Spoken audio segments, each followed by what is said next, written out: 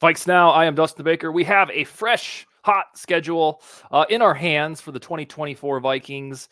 It's kind of a year that feels like 2014 for those that have been around that long, where the first year in about 10 years, we're not expecting like this team that, drives itself to the postseason, mainly because Sam Darnold is on tap to be quarterback with a rookie waiting, kind of like Matt Castle and Teddy Bridgewater 10 years ago.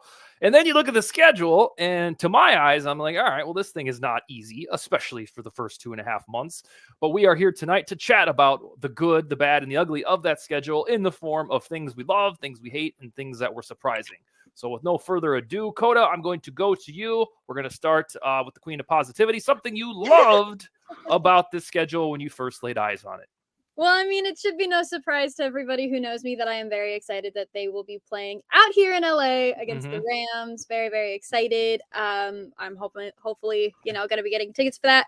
I think the thing that I'm most excited about, though, is, honest to God, I feel like because it is so challenging, there are multiple moments within this schedule, within the challengingness of it, where I can just look at the games and be like, it's a challenging game, but it's going to be an entertaining game. And I don't think at any point in this schedule do I think that we would outright lose by being shut out, which I think is also what I love the most about this, is that we can be super competitive with almost every single one of these teams and potentially pull out a win. And so I think even though it is not the prettiest schedule ever, it definitely has me very excited for this new brand of Minnesota Vikings with quarterback. All right, Tyler, something you loved about the schedule, and then we're going to pick Brevin's brain on it too. Yeah, so it may seem counterintuitive, but I absolutely love the fact that we have like a gauntlet early on. Like the first 5 games are all like really difficult for the most part. So you've got the Giants on the road, which, I mean, Daniel Jones, that's not going to be too bad. But then you've got like Niners, Texans, at Green Bay, and then a London game against Aaron Rodgers and the Jets, and then a bye week. And the reason I like it so much is we're going to know fairly quickly if Sam Darnold can, play well or not. And if he plays like garbage, he is going to get benched a lot sooner if those first 5 games turn out to be losses. So I think the thing I dreaded most about last season in particular is that like Nick Mullins was the least entertaining quarterback to watch, and we were stuck with him for most of the year. If Sam Darnold drops like the first 4 out of 5, that's going to put a lot of pressure on the Vikings coaching staff to put in McCarthy. And I actually love that. My favorite part of the schedule for 2 reasons is what I call the mushy part. It's week, so this is the opposite of Tyler. It's the week 10 through 16, even though it's 3 games on the road. When it start there, at Jacksonville, at Tennessee, at Chicago, Arizona, Atlanta, Bears on Monday night, Seattle. And I like it for 2 reasons. If we maintain this idea or hope that the Vikings are decent, then they should be about 4-4 by that time. And this is when the schedule opens up. You're not looking at Murderer's Row every single week. So I enjoy that if there's a puncher's chance that McCarthy's cooking by then or Sam Darnold's doing the Baker Mayfield story, the schedule gets somewhat easy right in the middle of it. And then it's a nice little stretch of 6 games. On the other hand, the bet hedge here is if they're not very good and they're 2-5, 2-6 or something like that, then they have a significantly easier portion of the schedule for the rookie quarterback to take over and start to learn. He won't, I don't think, would have to play against the 49ers and Texans and Packers unless he's that good and he's ready by, the end of preseason. I like it that when he would theoretically start to hit his groove is against the section of the schedule that is not absolutely, just dreadful or deathly. So I like that when it starts to open up, it's a nice 6-game stretch. Now, I can tell you every single year from doing some sort of show like this or writing about it, the schedule never looks right now how it ends up to be. There's always some team that sucks unceremoniously, some quarterback that's hurt, some coach that's fired. So right now, when you look at it and think, oh, God, that's good for me, that's the easy part of the schedule. Well, there's going to be 4 things that change that and make that a little bit different. So the schedule is not as it appears on the day in May. Keep that in mind, but you can still speculate about your expectations for it, which brings us to Brevin, who's going to tell us what he loved about the schedule before we get into what we hated. Yeah, I guess it's kind of a 2-parter because, I mean, this year, of course, isn't all about winning, but I kind of like the fact that there's no big time like weather game at all. So Oh, really? looking at the end of looking at the end of the season when it's getting cold outside, like we're at Detroit, Ford Field, we're at home against Green Bay and at the bank. We're in Seattle, which that one could be chilly and rainy for sure, but before that you got three straight weeks in the dome, and the road game before that is at Chicago, which again it could be rainy. It's going to be mid late November, but there's no true winterized game on the schedule, which I guess because football rocks, like cold games rock, but in terms of winning games, I guess it's cool. In that stretch, I also really like the fact that Dustin, me, and you talked to Sean Kenner, I think last Saturday. Sean wanted the game early in the season against Atlanta, which I totally get to be like early in the year prime time. But I love the fact that that game is toward the end of the schedule because that could kind of not guarantee you, but it's a lot better of a chance that it'll be Kirk versus McCarthy, old versus the new. And I think a lot of people are going to be kind of upset that that game is a noon game. And I kind of think about it from like an outside of Minnesota and Atlanta perspective. Like, do people really care about a Kirk Cousins revenge game? Like, did we care about Derek Carr going back to Vegas if he's done that yet? Like, I don't think we care about. And Kirk is a better quarterback than Derek Carr. Don't get me wrong, but I guess our expectations were a little too high for that one, and I think it's right that it's at noon. Maybe that kind of sucks for us because it's Kirk Cousins at noon in a dome, but I don't know. Those are the two things I kind of like about it.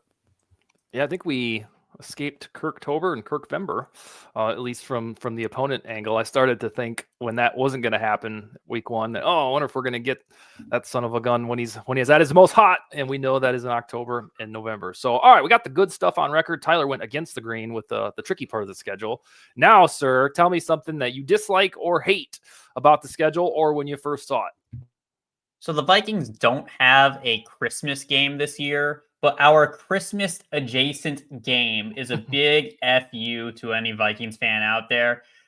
No matter what year it is, there is always one constant on that schedule, and it's 2 words: at Seattle. We get an at Seattle game in week 16, 2 days before Christmas Eve. Like, and they've got a new coach too, and he's still a defensive coach. I hate it. You know, it doesn't snow in Seattle a ton, so like there's your saving grace. But I'm sick of at Seattle games, and JJ McCarthy's probably going to start that one, you know, if he starts at all this year. And that's a game I look at it and I'm like, I worry a ton about, even if you're competing for something late in the year, like that's going to be the game that knocks you out of a playoff contention right there, is at Seattle in week 16. So that's the one I hate. Yeah, it's a notoriously hard place to play for anybody because the stadium is on top of you if you're a player, and the Vikings haven't won there since 2006, 5 straight losses. Yep, and there's some stuff like that in the Viking schedule, like they haven't ever beat the Colts on the road, and they won't get a chance to this year. There's some quirky stuff. They haven't won at Cincinnati in 32 years. And one of those weird ones is this little Seattle streak or drought. Coda, give me something on the schedule that makes you roll your eyes. A lot. There's a lot of Let's hear them. Well, first of all, whoever decided that the Thursday night football game should be in LA clearly has never driven in LA traffic, and you can ask both me and Paul Allen how we feel about LA traffic because we will both tell you. I think other than that, well, kind of about that, I dislike when our primetime games are. I think it's stupid. I don't understand why you would put us in primetime against the Rams, other than maybe the head coach thing, you know, with Sean McVay and with KOC. I hate that they keep putting us on a Monday Night Football with the Bears. Stop, please, I beg of you. I hate the fact that our bye week is so early, especially when we know Kevin O'Connell actually prefers not to have a bye week right after international games. And lastly, as a West Coast Vikings fan, I hate getting up at 6:30 in the morning to watch the Vikings in London. I hate it. It's my least favorite thing ever. And also, I just hate the Giants. I hate that that's how we're starting the season. For the queen of positivity, I have a lot of negativity in me. Yeah, that's going to put all of our list to shame, and I give you props for that. I'm going to remain consistent with the one thing that I hate, and I've been saying this for 5 months. As a season ticket holder that goes to every single game, I hate that one of our home games was squandered to the London fan base. I guess if there was ever going to be a year to do it, you'd do it in this transformational year. But I had to enter a lottery to even think about buying tickets to the London game, so I don't even own my seat in that building. I know that makes me sound entitled, but I would just rather, if we're going to play in London, make it the road year. I like the advantage because now we won't have the 9 home game advantage until 2 years from now, which means we'll have this 3 or 4 year gap because we've opted to play in London. Now, if they just win in London and beat Rodgers and friends, it'll be all be moot. But the moment I saw that we have a home game in London, my eyes just rolled because you lose your advantage. Every other team has this one extra home game advantage, except for Vikings and some other poor schmuck team that had to spend their home game in London. But the Vikings want to grow the enterprise across the pond. And I always laugh about this because 2 guys who write at Vikings territory, one is Adam New. He is from London or from England, and then Yannick in Germany. That's one game they can reasonably easily go to. And so they're all excited for it. And I sound like Gran Torino, just like mad about it. So, all right, Brevin, something you dislike or hate about the schedule. And after that, we'll jump into surprising aspects of the damn thing. So I promise I had I wrote these all down before you guys said them, because you guys all kind of took what I had. Number one, I'll echo Tyler for a different reason on the Seattle game. Of course, at Seattle in a general sense, screw you for this again. At the schedule makers, December 22nd is my birthday, so I'll be trying to turn 25 years old, and I'll have to worry about playing a game at Lumen Field or whatever that place is called now.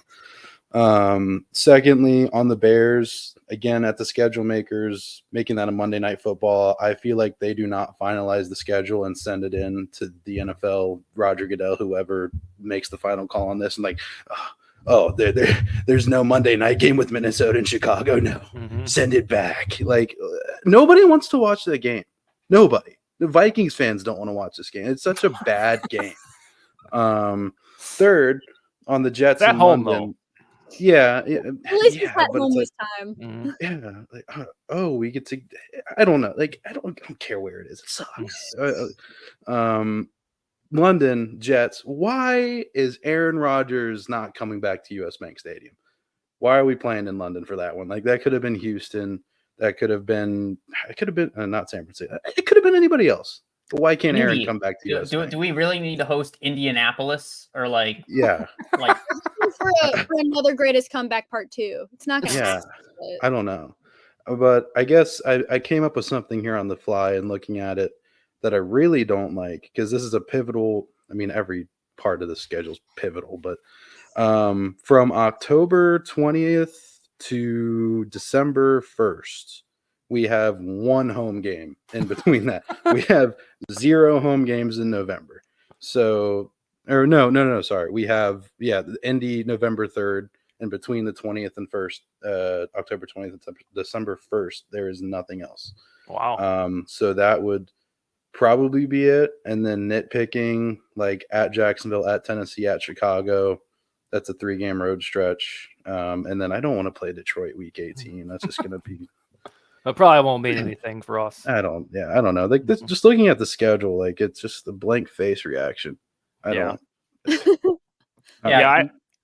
Can we bench the starters week 18 at Detroit if we're eliminated, just so we don't have another devastating injury that affects us to the following year? Because they're known for doing that over in Detroit now, so I don't want to take my chances. It's I like Hawkinson alive. You like what? I like TJ Hawkinson alive. I'd like to keep him that way, please and thank you.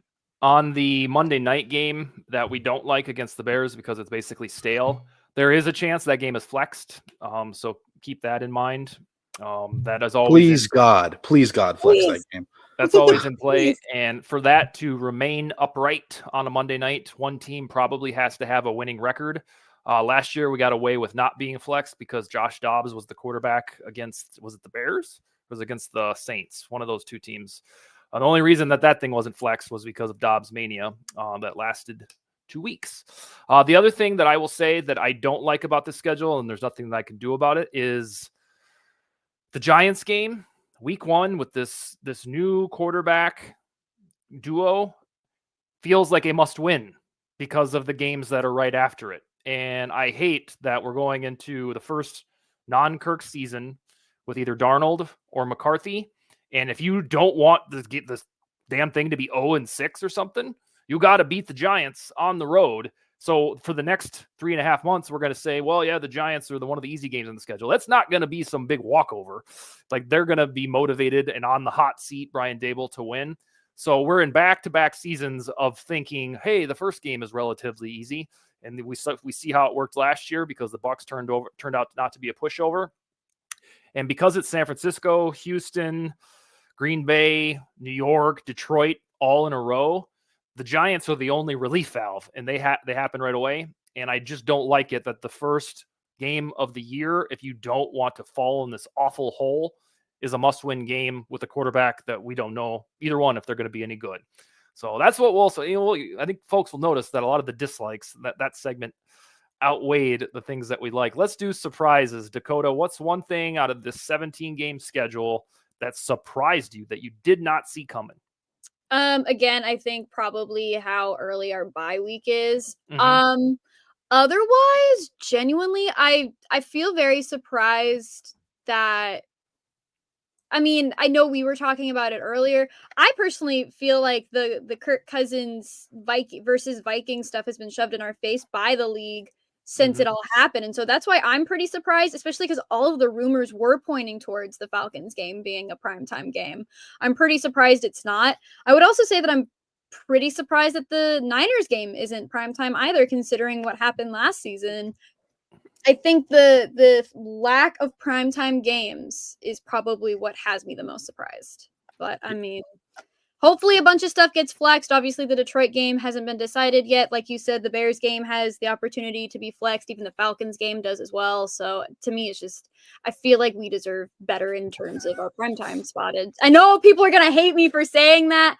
But as a West Coast Vikings fan, I would like to see more games at home versus going to the sports bar down the road. So Yeah, I think we got spoiled because the franchise was so stable with Kirk Cousins. Perhaps it wasn't going to win a Super Bowl in those 6 seasons. The league always looked at us and say, hey, that's a 10-7, that's a 9-8 team. We'll put them in prime time at least 3 times. And this year, it's the opposite. They're looking at it with Darnold at the top of the ticket. And like I said, hopefully McCarthy's good. But this year, as it right now, 6.5, 7.5 wins per sports books. That gets us the same type of respect as the Broncos, and maybe the Saints only have 2 primetime games. Poor Panthers have 0. So yeah, we've been accustomed to a way of living that usually has at least 3 primetime games, but with uncertainty at quarterback, or at least we haven't seen the fruition of JJ McCarthy. We got to see. All right. Are they worthy of prime time? So that's where the flex part is cool. If McCarthy is awesome, or even if Darnold looks good and hey, they're 5-3 by week 8 or something like that, then that can change. But right now we're just in a brave new world without those prime timers. Brev, what do you got for one thing that really surprised you? Yeah, there wasn't a ton of big shocks. I guess Coda kind of hit it. Like I voiced my opinion on the Atlanta thing, but I guess I was still kind of like, oh man, like, yeah. I was kind of, and I don't even know if it's shocked, but maybe they learned their lesson from 2 years ago when they played the Saints in London. They took the bye week after London this time. Kevin O'Connell 2 years ago, if you remember, when they played the Saints, they were very adamant about coming back. I think they played the Bears the week after. They wanted to keep. They were very adamant about playing a game that next week back on American soil. So I guess somebody thought it sucked, so they're not doing it this time because they were like they seemed very adamant about about wanting that game and to have the bye week later in the year. So I guess that would be it. That's it. Oh, one other thing I kind of did like, I wanted to mention real quick. We're going to be playing Kyler Murray very shortly after Call of Duty comes out. So I like that too. I wanted to throw that in. And Assassin's Creed also comes out. I Oh, think yeah. Very shortly. Yeah. Really, I think Brad? we had that storyline the last time we played them. Nice. Yeah, That we was good, did. Tyler.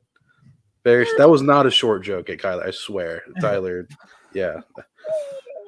The thing for me that was surprising, not that it's unprecedented, but it's the 3 road games in a row. That hasn't happened since 2017.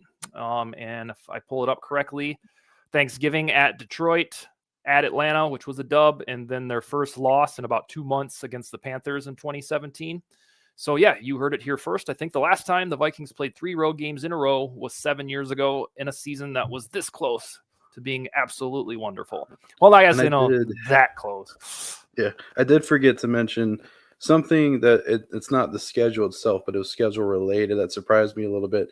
And it's a theory I'm going to push because I want to believe it. So that's what I'm going to do. And anybody that is not okay with that can go shove it. I tweeted right before the show. If you watch the schedule release video, they did like the really corny Apple presentation thing with TJ Hawkinson being Steve Jobs, which kind of rocked. I'm going to be that guy and say that kind of rocked. But I'm casting him in my next movie. Yeah. They did like Vikings dark mode, like doing the Apple when they introduced the dark mode. I think that is a uniform teaser because they mentioned the 2 primetime games before that. And then they did the Vikings dark mode segment. And at the bottom right, there's small text only during the 2 primetime games they have this year. And they retired the primetime purples, the yellow with the purple with the yellow numbers. So I'm saying you heard it here first. They are going to have black uniforms introduced this year for primetime. And I broke the news, and you're welcome. I expect a pay raise. Listen, I think I'm the only one who thinks this, but I am very sad about the primetime purple because I got the primetime purple and then they retired it. Oh, really? I actually really didn't love those uniforms. I'm not gonna lie. I think it's just me. Well, now they're vintage. Yeah, I like them, but Dakota, they never get like bad. I mean, they're sweet no matter what. Like there are some really vintage because mine is cousins. Yeah. Oh no. there are some uniforms. Like, so I have this theory. I mentioned it on Twitter last week talking to somebody that every single uniform that is ever worn in sports can be good if the team is winning. Like even if they're like those Bumblebee ones for the Steelers go 15-2 in those uniforms are going to be, just put them in the museums. Those are sick. I love those. Yeah. So on primetime purple, Coda, I think you can enjoy and love that, wear that forever because I mean they're virtually timeless. And then Brev, the only thing like on the fine print, the only way you would be disappointed since they tease something would be if it's just purple on purple. That would be like the only thing because based on the evidence of that teaser, it has to be something that's not whiteout. Wouldn't you? Yeah, I would be disappointed in that. I would also be disappointed if that was just like a way of them saying they have 2 primetime games this year. Yeah. That would really, really throw me for a loop. Or if they're I'm in a group chat with a couple people that he said like they're putting dark mode on their app. If they're putting dark mode on their app and that's how you're gonna announce it, like our social team isn't the best, but that's gonna They're getting better. They're getting better, but that'll make me real mad. You're gonna tease me in the uniforms like that, and it's gonna be dark mode on your app. We're gonna have some words. The app isn't that good either. I'm gonna say it. I wasn't gonna say that. I'll say it. I'll say it. I don't know who I we do have think more is connections coming to, though. Because I was on a phone call with someone who I'll leave anonymous, but they were filming some stuff at TCO. So considering that person hasn't appeared in a video yet, makes me believe that they've got more stuff churning out. They're announcing the VikesNow app. Yeah. Does that There we go. Tyler, does that pertain to the uniforms you're saying? No, not necessarily. I just think there's going to be more like scheduled release videos coming out within the next couple of days. Like they're not just going to stop with the one like Apple parody thing they did, which I wasn't a fan of. But they're going to have TJ Hawkinson like be in a costume as Jesus Christ or something. Like what are we doing? Maybe. We heard it. I heard that here first as well. Yeah. Revan's dropping takes. All right, Tyler, Break news. Give me your surprising element of the schedule. Yeah, I think the biggest thing I was surprised about is how little the schedule makers over at the NFL tried to hide the fact that they did not care about us at all this year. Like, you want to know how uncreative they were with formulating this schedule? We have Vikings versus Colts week 9, Vikings at Jaguars week 10, Vikings at Titans week 11. We have 3 straight AFC South opponents. Could you have not put like a non-AFC South game in between that 3-game stretch? Like it's going to be the same exact storyline for 3 games straight. And none of them are the Texans game. That's like the only one Vikings fans should care about because Diggs and Hunter. Like, I don't care about the Ezra Cleveland revenge game. I don't care about who's better, Jordan Addison at pick 23, or we have picked Will Levis? I don't care about that. What, Jeff Saturday's old team? Do we like have another epic comeback again? Anthony Richardson maybe, but like, why are those 3 consecutive games? I feel like if they actually cared about us, they would have put more effort and thought into our schedule. But it's pretty much, that's what happens when, Detroit is all the craze right now, and Green Bay's got another good young quarterback, and the generational quarterback is in Chicago. You're just kind of the 4th team that's starting Sam Darnold in the division, so no one really cares about you. They're going to give you a crappy bye week. They're not going to put you on prime time, which is probably for the better. And then they're just going to do stuff like this that just shows that no one put any thought into the schedule at all. It's just, sure, 3 straight AFC South opponents. No one's going to notice. With the way that they make the schedule, I watched a video on it a couple years ago. It's like, I don't want to say it's randomized, but like they run through like a million different simulations or something until they see something they like. So my theory, and I don't know how accurate I was in representing that, so I could totally just be lying right now. Maybe that Tyler is the only simulation or reality in which the Vikings played the Bears on Monday night and in Seattle the week after, and they were like, yeah, they're gonna hate that. They're like, you know what, Vikings fans, F you, here you go. Yeah. Yep. Or they just cut off a chicken's head and then they just let it wobble around the floor until it lands on the spot, and it's like, okay, that's what we're doing. Actually, I'm convinced that we were the last team that they got to, and by that point they were exhausted, and like it was like 3 a.m. No one wanted to do a coffee run or make new coffee, so they were like, fuck it, whatever it lands on. The Vikings. Yeah. Can you imagine if they go by like alphabetical order every year? So they go by V, and by then they're just too tired and they don't care. No one likes the Vikings anyway. Who cares? They heard we were going to dress up TJ Hawkinson as Steve Jobs for our release video, and they were like, no, they deserve the worst. They're like, yeah, that sucks. I mean, the Chargers are doing like a Sims kind of a thing where they put Harrison Butker in the kitchen. Do you see what the Titans did? They just had some like random person, or random to me at least. Apparently, this is a somewhat notable person. She was just like out on the streets asking like dumb questions, and that's how they revealed the schedule. Like the Titans, oh my goodness! I mean, at least we're not them. That's their new bit. The Saints literally did a Twitter thread where they said our opponents as logos, and it's just all the logos. Yeah. And these people get paid so much money, and yet I keep getting declined to like work for them. Man, that sounds like a dream job. People give me a funny face when I say the Saints organization deserves the worst, and then they do that. That's worse than Bountygate. It was so stupid. Oh my god. Yeah. Very, very little creativity there. Let's see. Anything else on the schedule? The Vikings, this will be the first time since 1969 that they've played the Giants in week 1.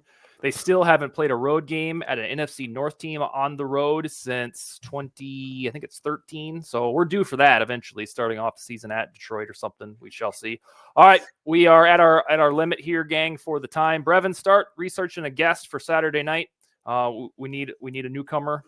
Other than that, you guys have a wonderful evening, and thank you for chatting about all of the pros, cons, the good, the bad, and the ugly of the schedule. And you have a wonderful night. All right. Later. All right. Take it easy.